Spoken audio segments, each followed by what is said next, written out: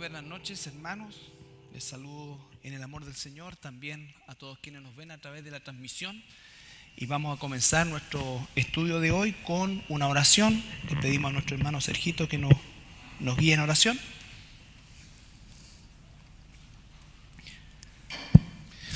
Padre, gracias por este tiempo que tú nos regalas, que nos permite estar reunidos en tu nombre. Te pedimos perdón por todo aquello que no te agrada, nuestros pecados, que seamos limpiados, perdonados por ti, tener comunión contigo y poder escuchar tu voz en el estudio del día de hoy, Señor, para que tú nos sigas transformando a la imagen de Cristo y te podamos conocer ciertamente mucho más.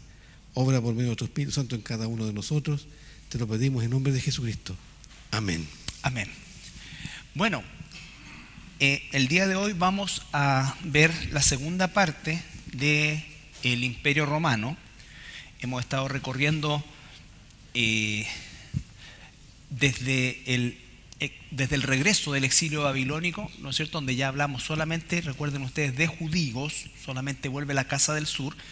Y estos 400 años de silencio son muy importantes porque son lo que van a preparar el terreno cultural, el terreno espiritual y también el terreno desde el punto de vista, diríamos nosotros, de la sociedad en la cual nuestro Señor Jesucristo y posteriormente la Iglesia se va a desarrollar, ¿no es cierto? Por eso es que también hablamos, por ejemplo, de los avances desde el punto de vista de la infraestructura, por ejemplo, que se logró con el Imperio Romano, que facilitaron obviamente la existencia de las numerosas carreteras que los romanos construyeron, facilitaron lo que fue justamente la extensión justamente de los hermanos misioneros y del evangelio en general, ¿ya? Cosa que no hubiese podido ocurrir en otra época. Pero antes de continuar con eso, yo quería, a ver,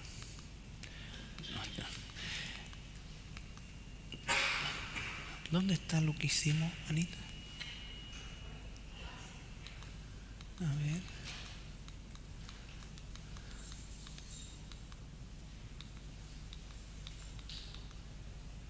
Me estoy yendo muy atrás. Sí. ¿Dónde está?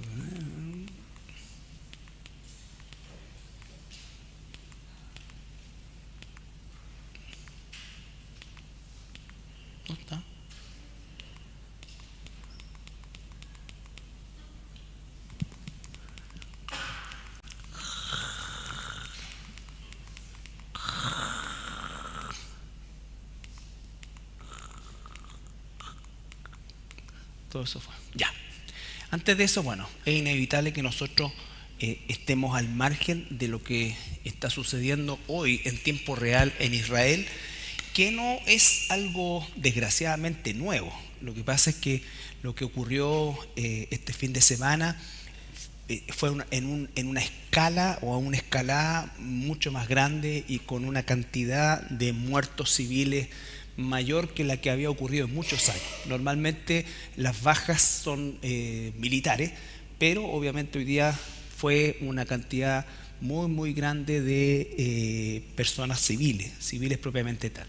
Entonces, solo quería, porque la radio de la iglesia, la radio en internet, están pasando los programas sobre el conflicto palestino-israelí, que se me escucha una voz juvenil, fue hace como 10 años atrás, ¿sí? ¿Ah? ¿Cuánto tiempo fue? Bueno, como 10 años atrás, en 2018, como 10 años atrás, fue el 2018, como 10. Bueno, hace un tiempo atrás. Y la verdad es que, bueno, ese es un estudio largo, ¿no es cierto?, que lo comenzamos desde Abraham hacia adelante. Pero hoy día quería solamente tocar algo que tiene que ver con este grupo que obviamente se hizo tristemente popular en este fin de semana, producto de las acciones violentas que tuvieron. Y para que nosotros entendamos que todo tiene una conexión bíblica, ¿ya? La expresión Hamás en el idioma hebreo, al igual que en el árabe, significa cruel, violento, sanguinario, asesino, ¿ya? Es la misma palabra que aparece en la Torá para describir a Ismael. En Génesis 16, 11, 12, si lo podemos leer, está ahí, pero leámoslo.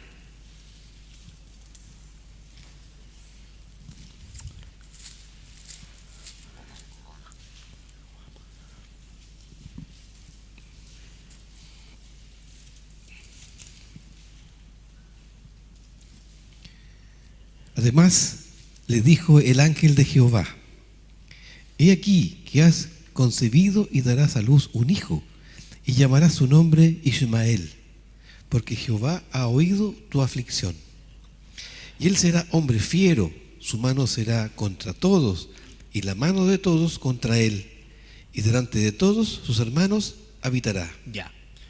En hebreo, fiero es jamás. ¿Ya? Entonces, ¿cuál es la característica de Ismael? Va a ser un hombre fiero, ¿no es cierto? Que va a habitar violento, que no va a haber forma de negociar con él, porque o todos están contra él o él está contra todos. Entonces, nunca va a haber una instancia en la cual, por decirlo de alguna manera, eso permita algún tipo de entre comillas, negociación. Recuerden ustedes que cuando es fácil buscarlo en la internet, la declaración de principios de Hamas, que se funda el año 1987 en la Franja de Gaza, una de las declaraciones de principio, como digo, es la destrucción total del Estado de Israel y el no reconocimiento del Estado de Israel, ¿no es cierto? Entonces, primero no lo reconoce y segundo lo quiere destruir. Ese es Entonces, es imposible que bajo esa perspectiva se pueda establecer algún tipo de diálogo, de conversación o lo que sea. Por lo tanto, y estoy hablando de una facción de las personas, porque como dijimos desde un principio, hay bajas civiles en ambos lados y es algo que es terrible en ambos lados, ¿ya? Pero lo que sí es cierto, que la provocación siempre viene de ahí, ¿no es cierto? Siempre viene de ahí y podrán haber diferencias al respecto y en alguna oportunidad, y no estamos con esto diciendo que los judíos a veces se les ha pasado la mano, que sí se les ha pasado, ¿no es cierto? Pero cuando estamos hablando de un concepto terrorista, porque el concepto terrorista significa infundir terror, ¿no es cierto? Y qué cosa, imagínense que estuviéramos nosotros en una playa, estuviéramos en el verano y de repente empezaron a bajar parapente y empiezan a matar a tu hijo, a tu abuela, a tu tío, al quien sea, al que pillan. Eso infunde qué cosa, terror, ¿no es cierto? Trauma, en todo el sentido de la palabra, aparte de las pérdidas propiamente tal. Entonces también ellos, sabiendo esto, ¿no es cierto?, también hay un acrónimo con esto, es Harakat al-Maqawama al-Islamiyya, que significa movimiento de resistencia islámico, pero es una resistencia violenta, sanguinaria, por la vía de las armas, no por la vía de la negociación. En Israel o en el territorio de Israel en este momento existen dos facciones palestinas. Una que es la autoridad palestina que se encuentra en la Cisjordania, no puse el mapa lamentablemente, y que ahí está la OLP, que en realidad, como decimos nosotros, no pincha ni corta, y se odia con la facción del Hamas que está en la Franja de Gaza, que en definitiva la que digamos ejerce su mayor influencia en la población palestina en general, ¿ya? Entonces, lo otro que también tengamos en consideración, y nos vamos al libro de Josué,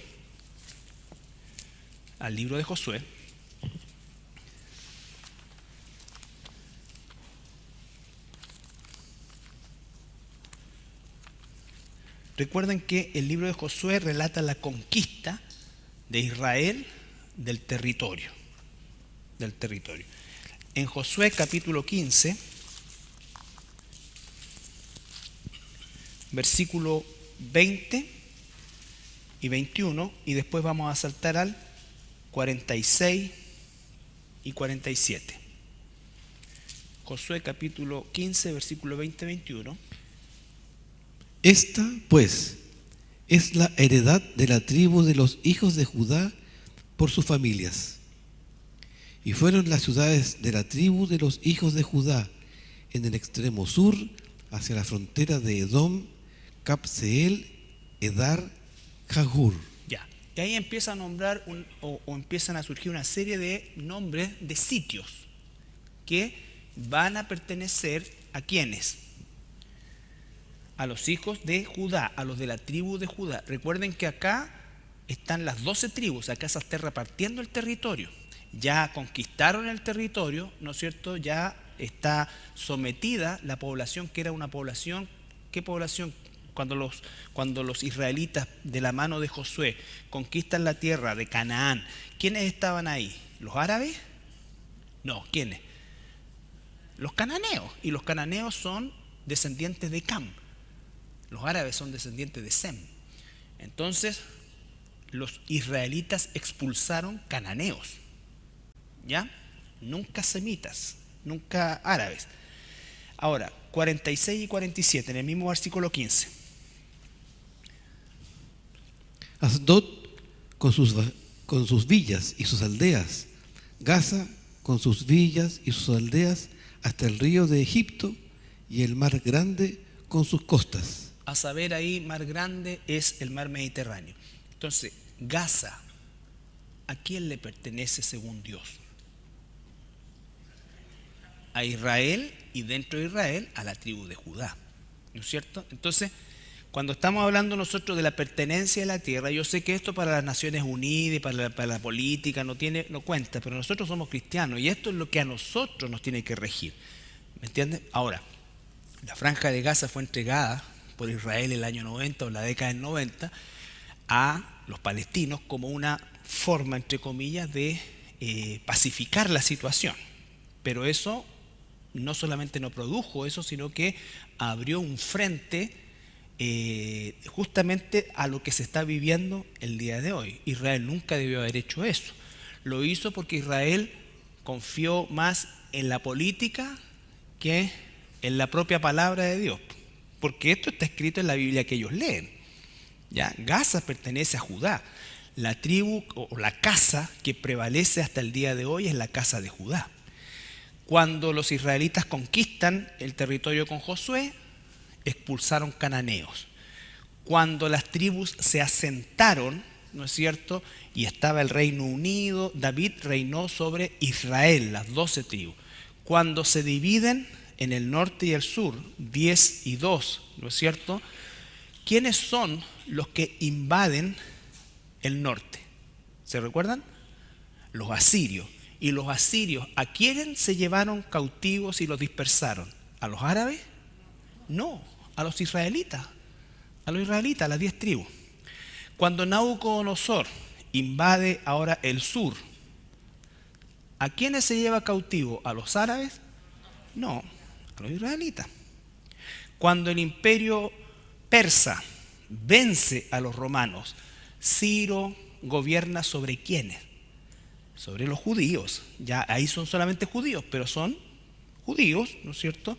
Y a quienes Ciro les permite regresar y reconstruir su ciudad, a los judíos.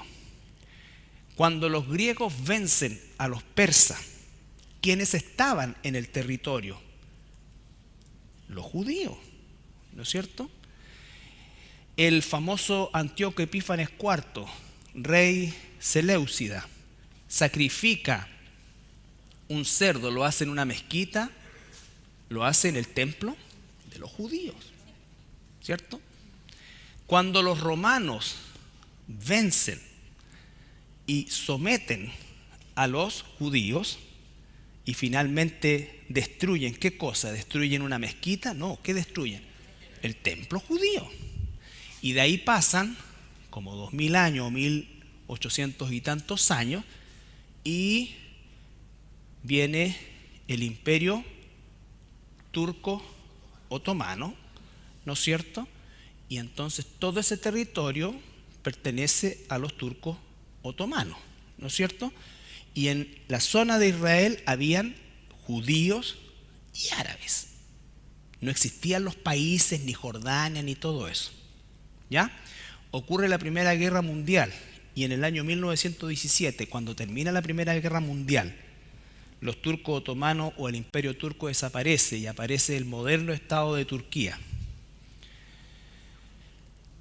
Y empieza el mandato británico, porque los británicos y los franceses se dividieron el Medio Oriente y ellos inventaron Jordania, inventaron el Líbano. Eso no existía, eso era un territorio sin límites, ¿ya? Entonces, cuando vienen los ingleses tienen que someter o tratar de ordenar a los judíos y árabes, pero la población judía era 3 veces más que la población árabe. Cuando los ingleses se van de ahí, los ingleses se van el 13 de mayo, terminan de irse de 1948. El 14 de mayo de 1948, o sea, el día siguiente, los judíos proclaman el Estado de Israel. Entonces, nunca existió un territorio que le perteneciera a los árabes, que se van a llamar palestinos después por una cuestión que vamos a explicar más adelante, ¿no es cierto?, de los romanos que le pusieron 200 años después de Cristo, Palestina a ese territorio. Entonces, nunca ha habido una posesión, han existido árabes ahí, pero nunca fueron dueños de eso. Y las veces que Israel no fue dueño de ese territorio, lo fue un imperio, ¿no es cierto? Y cuando un imperio, porque los británicos eran un imperio, ¿no es cierto?, finalmente dejaron el territorio, los que volvieron a recuperarlo fueron los dueños ancestrales, que son los judíos. ¿Ya? Entonces, eso para tener claridad de que nosotros, que nos regimos por la Biblia, y no estamos diciendo con esto que todos los judíos son buenos y son blancas palomas, no, han cometido errores, todo lo que sea, como todos los seres humanos, y uno tiene que separar y diferenciar lo que son los gobiernos de los países y el pueblo y el destino de un país, ¿no es cierto?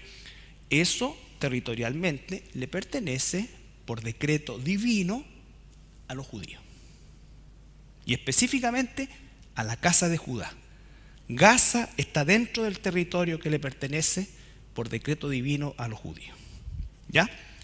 Y con eso nosotros tenemos claridad que los árabes, que se les llama hoy día palestinos, ¿no es cierto?, no tienen un reclamo sobre eso, porque ¿de dónde venían ellos principalmente? Del territorio de Edom, del sur, de donde fue Arabia Saudita. Las 2 ciudades sagradas del Islam. El Islam nace 7 siglos después de Cristo. Y recuerden ustedes, el Islam, ¿no es cierto?, es la religión que da origen a los musulmanes.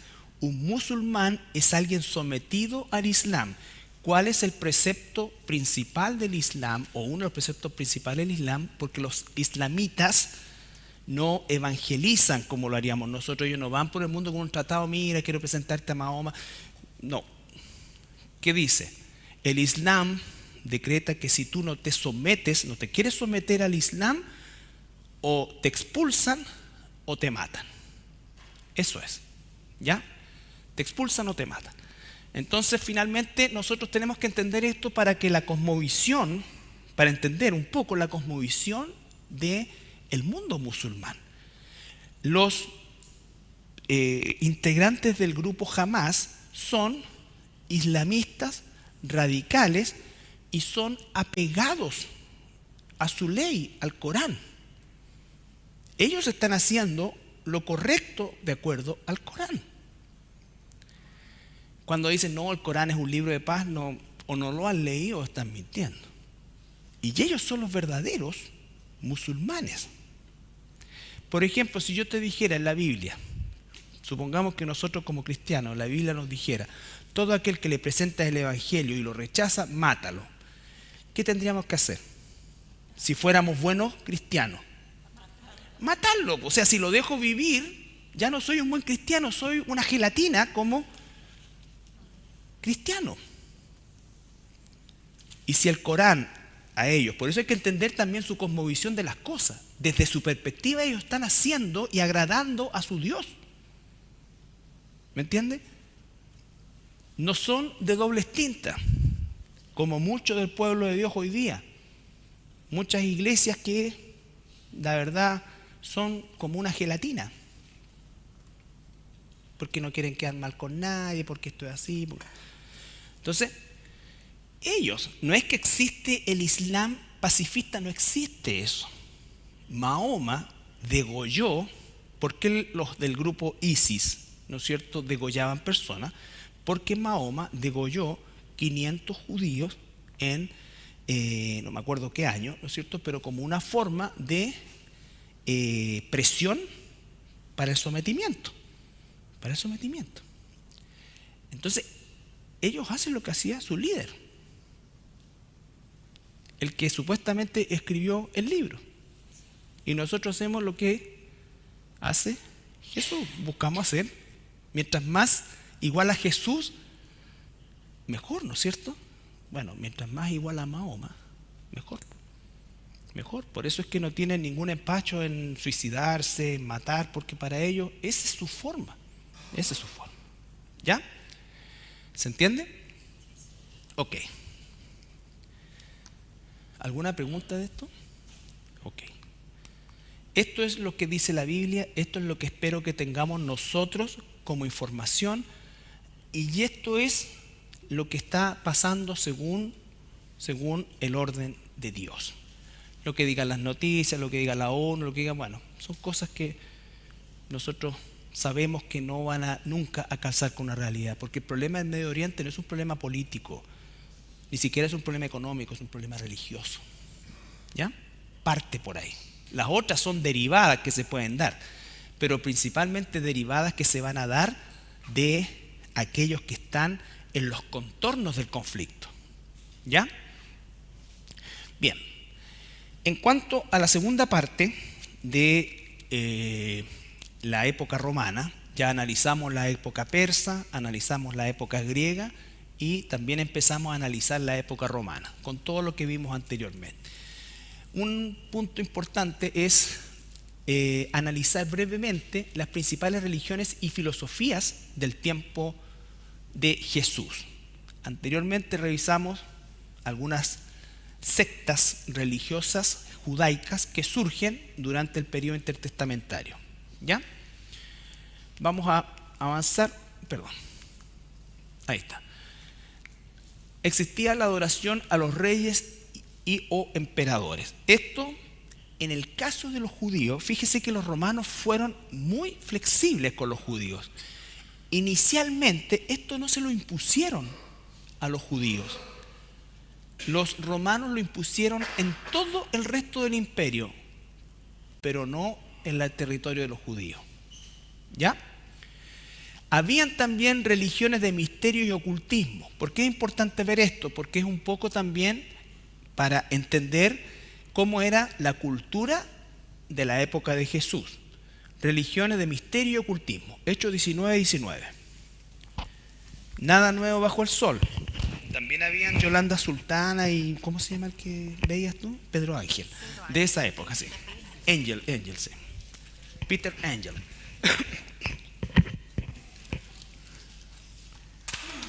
Asimismo, muchos de los que habían practicado la magia trajeron los libros y los quemaron delante de todos.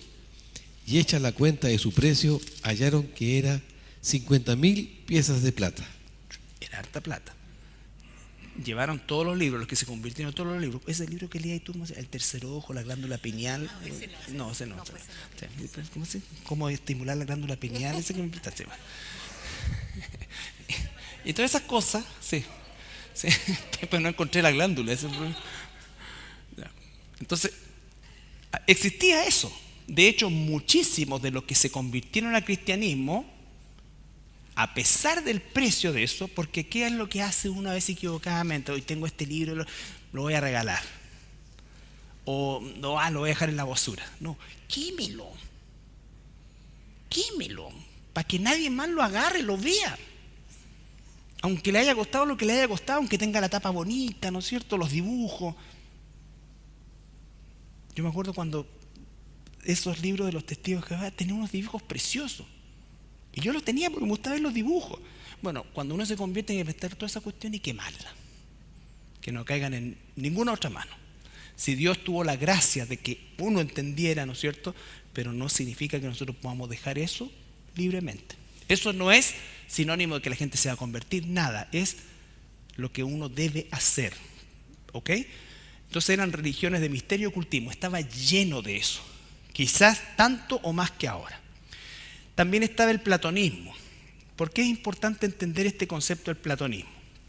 Porque Jesús llega a un mundo donde existía adoración a emperadores, ¿no es cierto?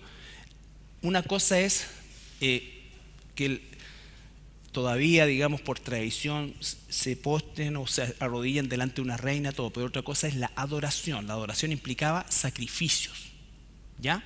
Sacrificios. El platonismo.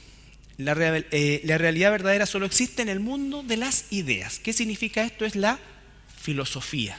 Filosofaban. Mi camioneta no es porque yo alarma no tengo. De hecho me harían un favor si se la llevan, porque entonces el seguro me pagaría 5 millones y por lo menos doy el pie para una más nueva. Llévame. La materia cambia y por lo tanto el mundo de las ideas. Y esto es lo que implica el que se enfrancaban constantemente en discusiones. Y el único interés que tenían ellos no era necesariamente de aprender, sino que era de saber nuevas cosas. ¿No es cierto? Había alguien por allá, no sé, viene la conferencia de tal persona que va a hablar acerca de la inmortalidad del cangrejo, vamos a ver de qué se trata. No porque me interesara solamente, sino porque significaba, porque a través de las ideas, y por eso es que se llevaba tanto tiempo en estos sistemas de pensamiento y de ideas. Y hubieron muchos filósofos de origen judío. ¿Ya? Hechos 17-18.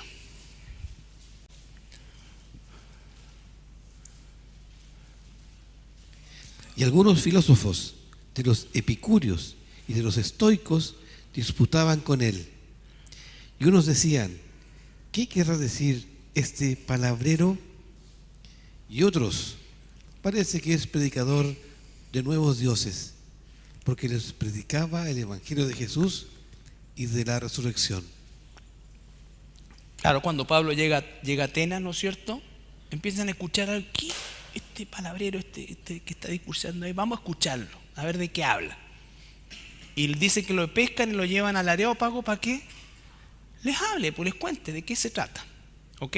Pero no porque quisieran aprender, no, sino era porque, dice la palabra ahí mismo, ¿no es cierto?, que la única preocupación que tenía era de escuchar siempre cosas nuevas. ¿Ya?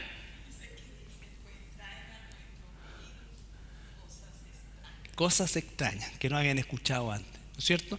Sobre todo porque seguramente una de las cosas que más llamaba la atención, inicialmente llamaba la atención, pero después producía un rechazo, era el hecho del monoteísmo.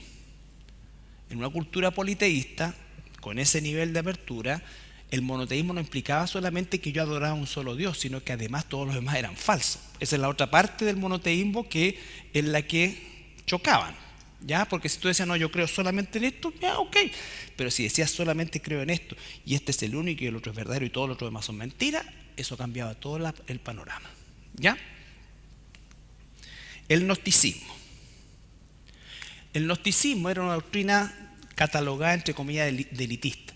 Los gnósticos, a diferencia de los filósofos o de las líneas filosóficas que buscaban siempre información externa, el gnóstico buscaba una información interna, era esa búsqueda interior, ¿no es cierto?, esa forma, digamos, de conocerse, porque era como querer descubrir lo divino que hay dentro de mí. Ese era como el pensamiento gnóstico. Yo soy un ser que hay una divinidad y yo tengo que descubrirla. Entonces, por eso es que ellos, de alguna manera, o en gran manera, consideraban que todo lo relacionado con lo corpóreo, con lo físico, era malo. ¿Por qué? Porque se oponía a la búsqueda interna ¿no es cierto?, a la búsqueda, entre comillas, espiritual. Y ese es el contexto en el cual el apóstol Juan escribe a sus hermanos en esta primera carta. Primera de Juan, capítulo 4, versículo 1 al 4. Amados, no creáis a todo espíritu, sino probad los espíritus si son de Dios. Porque muchos falsos profetas han salido por el mundo. En esto conoced el Espíritu de Dios. Todo espíritu que confiesa que Jesucristo ha venido en carne es de Dios. Y todo espíritu que no confiesa que Jesucristo ha venido en carne no es de Dios. Y este es el espíritu del anticristo, el cual vosotros habéis oído que viene y que ahora ya está en el mundo. Hijitos, vosotros sois de Dios y los habéis vencido, porque mayor es el que está en vosotros que el que está en el mundo. Ya. Entonces el apóstol Juan, ese es el contexto para entender. Todo esto eran movimientos que existían de forma masiva, no eran cosas aisladas, ¿ya? Entonces los gnósticos, existían los filósofos, uno podría catalogar esto también, y de hecho se cataloga dentro de un concepto filosófico, pero es otra línea filosófica. La línea filosófica de Platón, que fue discípulo de Sócrates, ¿no es cierto?, implicaba el hecho de las ideas externas, de los pensamientos, de escucharte y escucharme, de filosofar, de encontrar, de discutir. No era hacia afuera, era entre comillas hacia adentro. Por eso muchos de ellos también practicaban el ascetismo, ¿no es cierto? Se privaban de cosas y una serie de otras cuestiones. Entonces Juan le escribe porque esto estaba muy difundido también. Entonces esta gente de alguna manera reconocía a Jesús como un personaje divino, ¿no es cierto?, o que había alcanzado su divinidad. Por lo tanto, era imposible que él hubiese estado en un cuerpo físico, porque el cuerpo físico de por sí para un gnóstico era sinónimo de maldad y había que reprimirla todo. Entonces Juan dice, el que no reconoce que Jesús vino en cuerpo, entonces no es de Dios, es una falsa doctrina, ¿ya? Los epicúreos, una línea filosófica que hablaba de que, digamos, esta era una escuela filosófica también famosa que hablaba acerca de la necesidad, ¿no es cierto?, de, ¿cómo decirlo de alguna manera?, de ensalzar al hombre, y era una línea filosófica atea en un sentido para nosotros, ¿no es cierto?, que no crea en eso, y es la base de el poder que yo tengo en mí. El otro buscaba la divinidad que yo tengo en mí, este otro busca el poder que yo tengo en mí, ¿no es cierto?, por medio de la ciencia, por medio de esto. Es como un poco lo que pasa hoy día también, que nosotros lo podemos alcanzar todo, nosotros vamos a vencer a la muerte, vencemos la enfermedad, vencemos todo. El hombre es capaz de todo, el gran arquitecto del universo, y todas las cosas que nos podamos imaginar, ¿ya? Metafísica, claro, ¿no es cierto? El poder de la atracción, todas esas cosas. Ese libro que me prestaste, reclámalo y pídelo, que ahí donde ibas antes tú. No pueden relacionarse, ¿ya? Entonces eso yo decía, no, esto es de debilidad. Pensar que algo externo, una supuesta divinidad, va a hacer las cosas por nosotros, no es así. Nosotros tenemos el poder en nosotros para hacerlo, ¿ya? Tú puedes, tú adelante, tú eres un campeón y todas estas cosas. Los estoicos, por otro lado, proclamaron que se puede alcanzar la libertad alejándose de todo lo que fuera, entre comillas, el concepto del placer, ¿ya? El concepto del placer. Esto era una mezcla, ¿no es cierto?, de lo platónico con lo gnóstico, ¿ya? Por ejemplo, los filósofos que proclamaban esto se alejaban, entre comillas, de todo la posibilidad de la tentación material. No se olviden que el catolicismo romano tiene una línea, por ejemplo, las Carmelitas del Calza, donde tú, Gladys, te retiraste a tiempo. Entonces, Dios tuvo misericordia de ti. Entonces, ¿qué practican ellos? el estoicismo, son estoicos. Mientras más pobre, con la celda y toda esta cosa, entonces soy supuestamente más espiritual. O Dios me escuchará más. ¿Ya? Los monasterios, todo este tipo de cuestiones que tienden a aislarse, pero también rechazar cualquier búsqueda.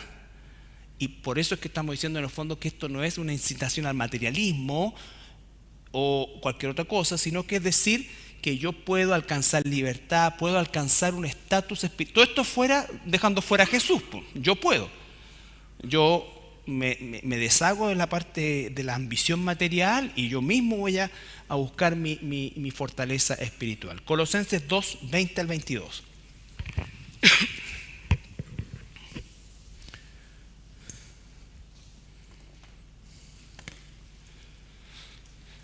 Pues, si habéis muerto con Cristo en cuanto a los rudimentos del mundo, ¿por qué, como si vivierais en el mundo, os sometéis a preceptos tales como no manejes, ni gustes, ni aun toques, en conformidad a mandamientos y doctrinas de hombres, cosas que todas se destruyen con el uso? Continúa. Tales cosas, a la verdad, cierta reputación de sabiduría en culto voluntario, en humildad y en duro trato del cuerpo, pero no tienen valor alguno contra los apetitos de la carne. Ya, entonces ahí está diciendo, mira, puede que estas cosas, si son de forma voluntaria, ¿me entiendes? Si yo voluntariamente digo, ¿sabes qué? No es que vaya a hacer voto de pobreza, pero voy a alejarme de esto, de esta cosa así. Voluntaria. ¿Qué pasa cuando nosotros vemos personas esas características? Casi que es un orgullo ser pobre. Y casi como que, ¿me entiendes? O sea que cristiano igual pobre. ¿Ya? Tampoco es cristiano igual rico. No es ni lo uno ni lo otro. Pero entender que todo eso es una forma externa y orgullosa de creer que soy espiritual. ¿Ya? Entonces, no sé, pues si tú vas al mall a ver una cuestión, eso es, pero o sea, es casi como un estoico, epicurio y todo lo demás. Entonces, ¿por qué? Porque le conceden a eso un valor espiritual. ¿Ya? Entonces, no estoy diciendo con esto que se endeuden, no. Lo que estoy diciendo es que no está ahí la espiritualidad. Y todo ordenado y guiado por Dios se puede hacer, en el buen sentido de la palabra. ¿Ya? Pero dice, bueno, aún así, si voluntariamente tú quieras tomar una filosofía, entre comillas, de vida de estas características, igual no tiene ningún poder sobre los apetitos de la carne. Porque tú andás, ¿no es cierto?, con toda una cosa gastada, los zapatos con hoyo, y de repente hay una niña y te ven que no es tu esposa, listo, sonaste. Hasta ahí nomás llego porque no tiene poder sobre eso. No tiene poder sobre eso. Miraste algo que no te correspondía, deseaste algo que no era tuyo, no tiene poder sobre eso. Porque no es espiritual, po. Si lo que tiene que cambiar es lo de adentro. No por fuera, no porque ande con una cuestión tirillenta. No. ¿Se dan cuenta? Hay gente así que no, mira, es que en realidad yo... No tiene. Veo un programa indebido y ya soné. No importa que esté vestido con un terno X o con arpillera, da lo mismo. Entonces Pablo dice, bueno, si voluntariamente tú quieres hacer eso por un concepto de filosofía de vida o todo lo que sea, ok, pero te advierto, no tiene poder sobre los apetitos de la carne. ¿Ya? Entonces, cuidarnos de eso, porque esto se puede promulgar en las iglesias también de una forma disfrazada, con otro nombre. Así como se disfraza el hecho de que Dios provee y toda la cosa y se le cambia por prosperidad y casi como acogotar a Dios de que si no me das esto, no, o creer que porque tengo esto, Dios me bendice, Dios me bendijo con este vehículo. No te bendijo, lo debes. Una bendición es que alguien de la nada te regale las llaves, toma, ahí está el auto, 0 kilómetros para ti. Pero no me vengáis con que fuiste una automotora, diste un pit y tenías hasta el 2037 pagando. No, y Dios nos bendijo, mira, cambiamos el auto, nos cambiamos de casa. Está hasta acá. Eso no es bendición. ¿Ya? Ok. eso era respecto a las corrientes filosóficas no religiosas que estaban en abundancia. Y en medio de esto estaba el judaísmo. El judaísmo estaba en medio de todo esto. La iglesia está en medio de todo esto. Pero aún la religión judía, ¿no es cierto?, ya no era la religión o la forma bíblica de vivir la religión del libro, ¿no es cierto?, sino que ya era un judaísmo rabínico. Cuando Jesús aparece en este mundo, llega a este mundo, y cuando comienza su ministerio público, Jesús se va a encontrar con toda esta majamama de filosofías y se va a encontrar con una religión judía ya no bíblica, sino que más bien de carácter rabínico y que se forjó en gran medida en este periodo intertestamentario.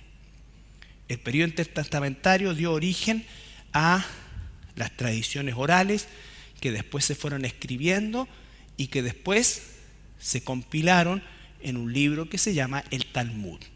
Resultado de eso, el Talmud es así y la Biblia es así. ¿Ya? No todo el Talmud es negativo o malo. Hay cosas muy interesantes que nos ayudan a entender la cultura. Pero ¿dónde está el gran problema?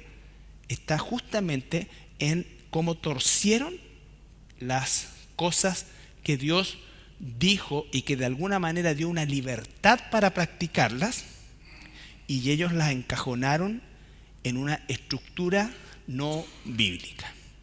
¿Ya? Bueno, el Talmud se compone del Midrash, que es la tradición oral.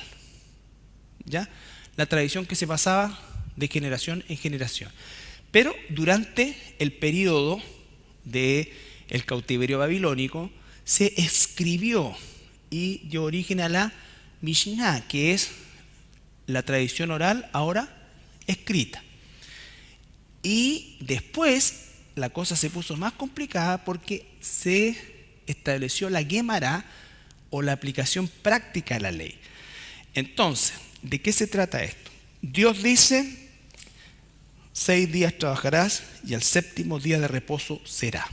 ¿No es cierto? Ningún trabajo harás en ese momento. Entonces, la tradición oral comenzó a decir, bueno, nosotros durante el periodo, lo hacíamos en el tiempo en que estábamos en Babilonia o en el tiempo que estábamos antes del cautiverio, esto se hacía en el día de reposo. Nos juntábamos, leíamos la escritura, lo que sea, ¿no es cierto? Después, esa tradición oral fue aumentando, porque otros dijeron, sí, ese día nosotros nos sentábamos de esta manera, nos vestíamos de esta manera. Entonces la cosa va caminando y va creciendo al punto de decir, mira, nosotros cuando hacemos el día sábado, en realidad nosotros no hacemos absolutamente nada. Entonces, si yo lo entiendo al inicio del mandamiento, digo, bueno, ese absolutamente nada tiene que ver con mi trabajo de lunes a viernes. No voy a la oficina, no, ese es nada. Pero entonces empieza después la Guemará. ¿Cómo lo hacemos? ¿Qué es nada? ¿No puedo ir al supermercado? ¿Eso es algo o no es nada? No puedo ir acá, no puedo hacer esto. Y aquí empezó a torcerse aún más. Porque entonces, ¿qué cosa? Nada es nada.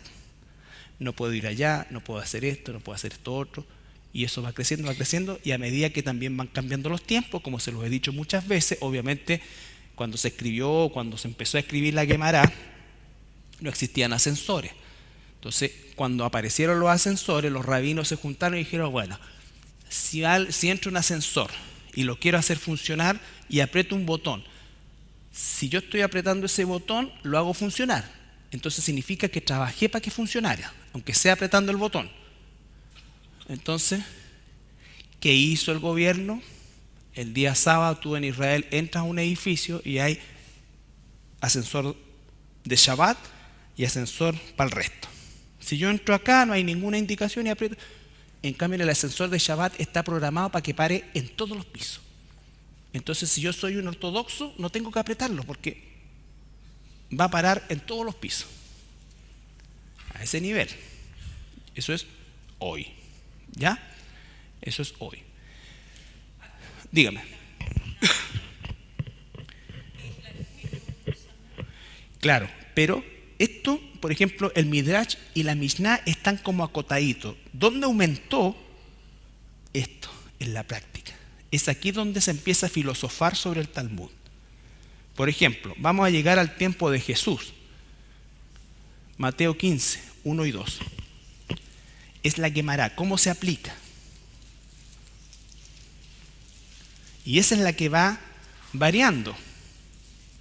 Porque entonces, hoy día o no hoy día, cuando aparecieron los autos automáticos, entonces, ahora que yo tengo un auto automático y no tengo que pasar los cambios, ahora sí puedo salir en auto, porque entonces hacer los cambios es trabajo, porque si no paso la marcha, el auto no avanza. Pero ahora la cuestión es automática, entonces yo no tengo que hacer nada más que apretar el acelerador y frenar. Entonces va a salir otro, bueno, pero si no aceleras, el auto no avanza. Entonces acelerar es trabajo. Chuta, entonces ya no me sirve solamente con que sea automático. Estoy hablando de la verdad, estas son las discusiones que hay. Para determinar qué es o no trabajo. Pero ¿cómo empezó al principio? El séptimo día reposarás, ningún trabajo harás. ¿Pero qué era trabajo en ese momento? Agricultura, ganadería, trabajar en la viña, hacer la pega que habitualmente se hace. ¿Ya? Eso era no hacer trabajo. Por eso Jesús dice, oye, si en el día de reposo este gallo se está muriendo, no lo voy a sanar. Entonces, cuando decía, tú violaste el día de reposo, no, yo no violé el día de reposo. Es otra cosa. O si se te cae el burrito en un hoyo el día de reposo, ¿lo vas a dejar ahí? No. Ahora si se te cae tu suegra, otra cosa. Ahí se nos ponemos ortodoxos. Pero soy judío ortodoxo, así que no puedo entrar. 15, 1, 2. Saludo a mi suegra que me debe estar viendo en Antofagasta. Está a 800 kilómetros, así que no pasa nada. Pero nunca sabe, tiene la mano como larga, así. Entonces se acercaron a Jesús ciertos escribas y fariseos de Jerusalén, diciendo, ¿por qué tus discípulos quebrantan la tradición de los ancianos? Pausa, fíjese bien. ¿Por qué tus discípulos quebrantan la tradición de los ancianos? Ya la Guemará estaba aquí. ¿Ya? Estaba aquí. Porque no se lavan las manos cuando comen pan. Claro. ¿Qué es para nosotros lavarnos las manos? Si es que está esa cuestión, o si no, la toallita, ¿no es cierto? Pero ¿qué era para un judío ortodoxo hoy? Hoy si vas al Muro de los Lamentos, bueno, los que no lo somos entramos, pero hay fuentes así con jarros, ¿no es cierto? Y un ortodoxo se remanga hasta acá, ¿no es cierto? Se moja la mano con un jarro, lo deja, pesca otro jarro, se moja, hace escurrir, que no pase del codo, y por lo tanto tiene que hacer así, no puede secarse con algo, y ese ejercicio lo tiene que repetir 3 veces. Si lo hace 2, no se lavó las manos. Ese es el tema. Entonces cuando dice, ¿por qué tus discípulos quebrantan la tradición de los ancianos y no se lavan las manos? No es que no se lavaron las manos, es que no hicieron ese ritual que ellos llamaban lavarse las manos. Marcos 7, 8 y 9. ¿Recuerdan ustedes cuando estábamos en pandemia? Entonces te decían para lavarse las manos,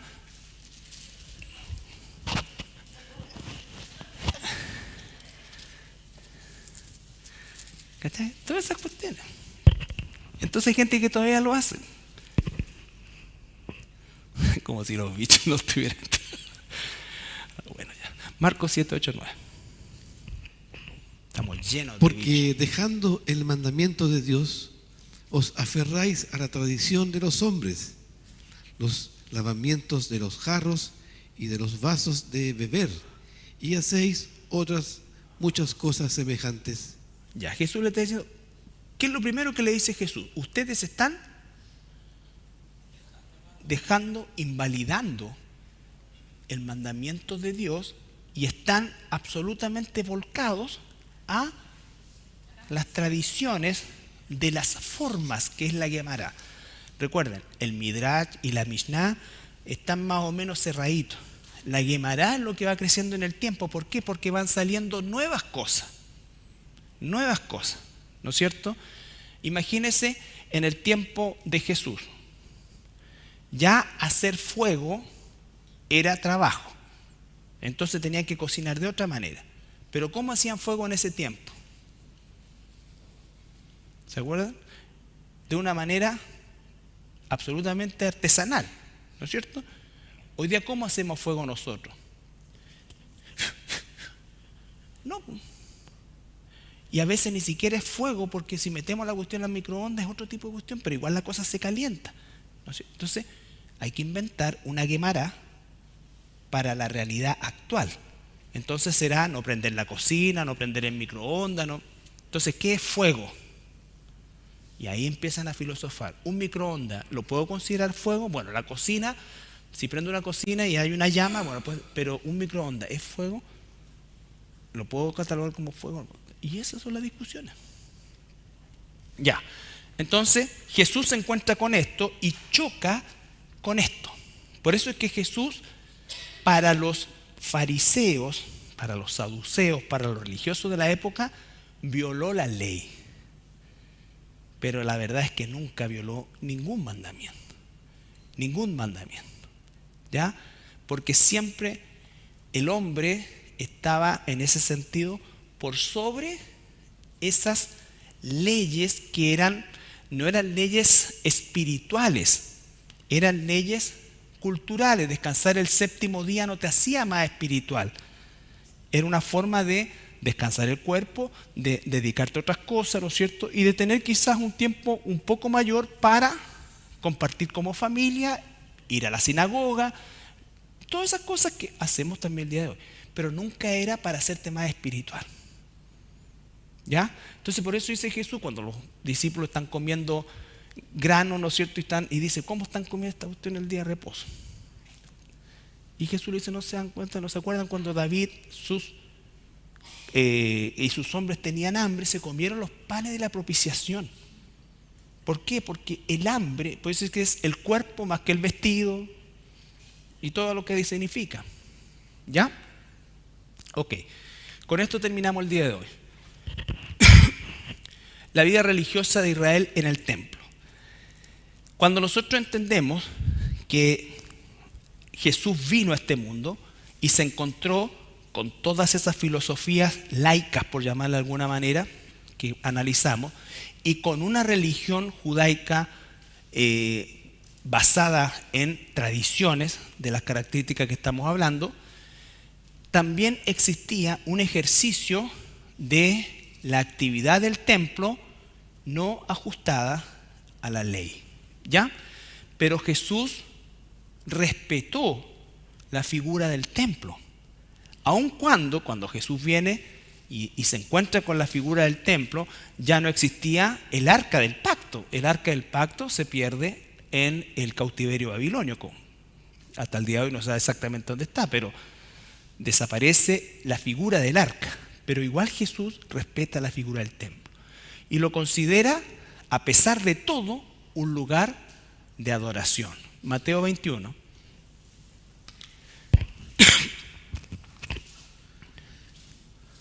Y entró Jesús en el templo de Dios y echó fuera a todos los que vendían y compraban en el templo, y volcó las mesas de los cambistas y las sillas de los que vendían palomas, y les dijo: escrito está, mi casa, casa de oración será llamada, mas vosotros la habéis hecho cueva de ladrones.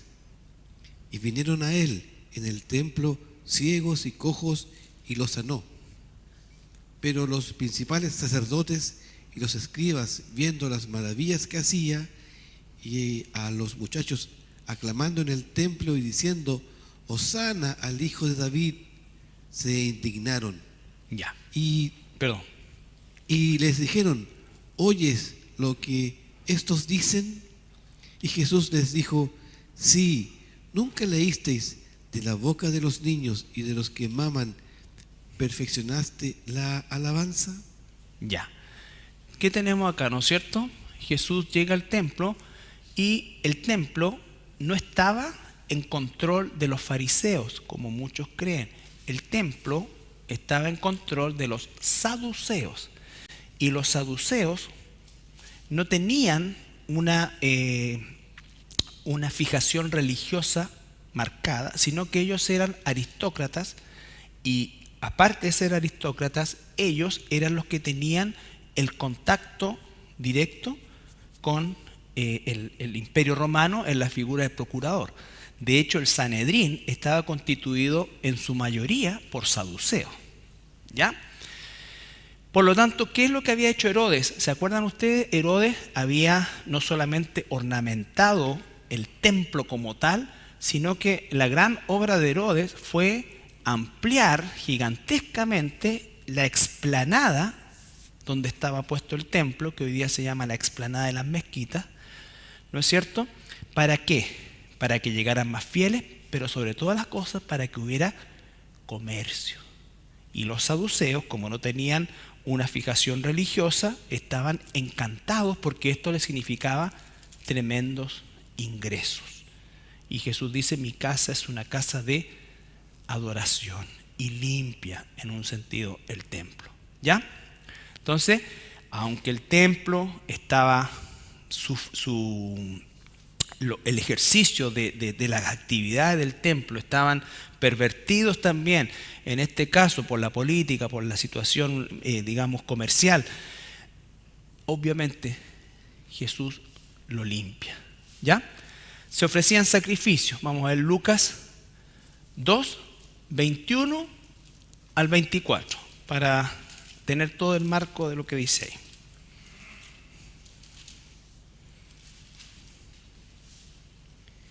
Cumplidos los 8 días para circuncidar al niño, le pusieron por nombre Jesús, el cual le había sido puesto por el ángel antes que fuese concebido.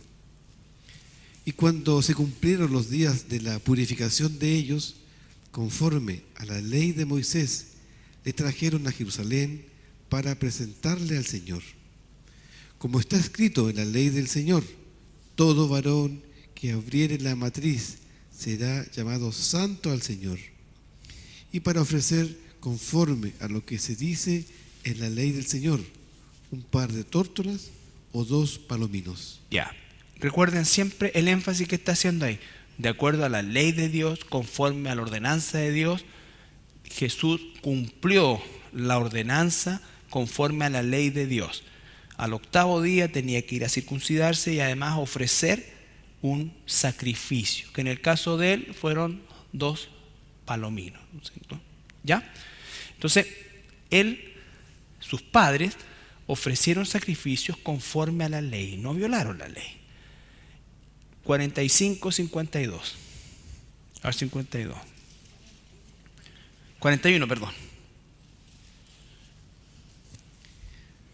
Iban sus padres todos los años a Jerusalén en la fiesta de la Pascua. Pausa. Se celebraban las fiestas también. Y una de las fiestas más importantes, que era de peregrinación obligatoria, era la Pascua. ¿Por qué? Porque se llevaban corderos al templo para ser sacrificados, ¿no es cierto? Entonces, Jesús celebró, su familia, la fiesta de la Pascua y cumplió con la ordenanza de la ley, aun cuando, volvemos al punto, el templo estaba administrado por gente corrupta, ¿no es cierto? Y además ya no existía ni siquiera el arca del pacto. Pero Jesús respetó la figura del templo. La vida religiosa de Israel, que en este caso eran solamente los de la casa de Judá en el tiempo de Jesús, giraba en torno al templo. Vamos a ver también la próxima semana que existía, vamos a llegar hasta ahí nomás, Sergio, existían las sinagogas, ¿no es cierto?, en distintos lugares, y esas sinagogas se construyeron principalmente durante el periodo intertestamentario, pero después van a ser fundamentales cuando los romanos destruyen el templo, porque la vida religiosa, a excepción de los sacrificios, se va a trasladar a las sinagogas. ¿Ya? Ok, dígame.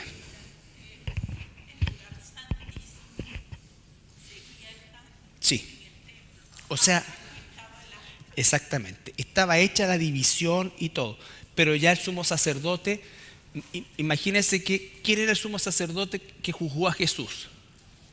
Caifás. ¿Y cómo era Caifás? Corruptón, ¿no es cierto? Completamente corrompido. Si hubiese existido el arca del pacto y ese hombre atraviesa la cortina y entra al lugar santísimo en esa condición, se muere. Pero entraba, ya no estaba el arca y por lo tanto no murió. Se mantenía, digamos, el ejercicio sin el arca. ¿Ya? Ok. ¿Alguna pregunta? ¿Algo? Ya, Sergio.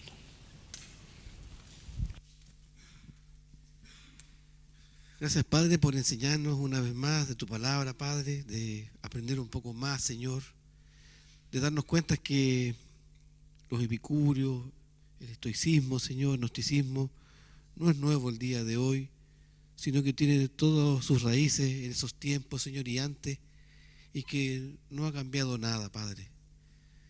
Perdona las veces que queremos torcer tu palabra para nuestra conveniencia, Padre. Perdona las veces que queremos hacer las cosas a nuestra manera, Señor, y no conforme a tu palabra. Y te rogamos, Padre, que la hagamos con obediencia, la podamos cumplir con gozo, Señor. Y ciertamente no vamos a llegar nunca a la estatura tuya, Padre.